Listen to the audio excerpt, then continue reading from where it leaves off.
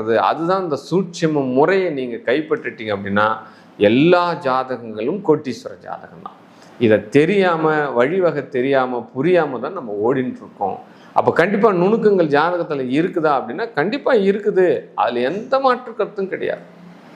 அப்போ 6ஆம் அதிபதி தசை, 8ஆம் அதிபதி தசை, 12ஆம் அதிபதி தசை எப்படி இருக்குன்னா அதுவும் யோகமாக வேலை செய்யும். அதுக்குண்டான கண்டிப்பாக பாயிண்ட் ஆஃப் வியூ தெரிஞ்சு நீங்கள் அந்த காலகட்டத்துக்கு ஏற்ற மாதிரி நீங்கள் நடந்துக்கணும் முதல்ல.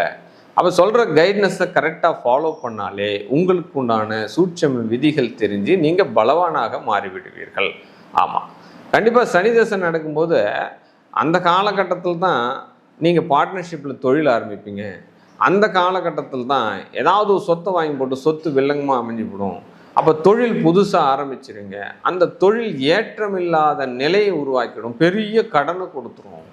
அப்போ சிம்ம ராசி யோகத்தை கொடுக்கறது குருன்னு சொல்லிட்டேன், இன்னொரு பாவகத்தை கொடுக்கறது செவ்வாயும் சொல்லிட்டான். அப்போ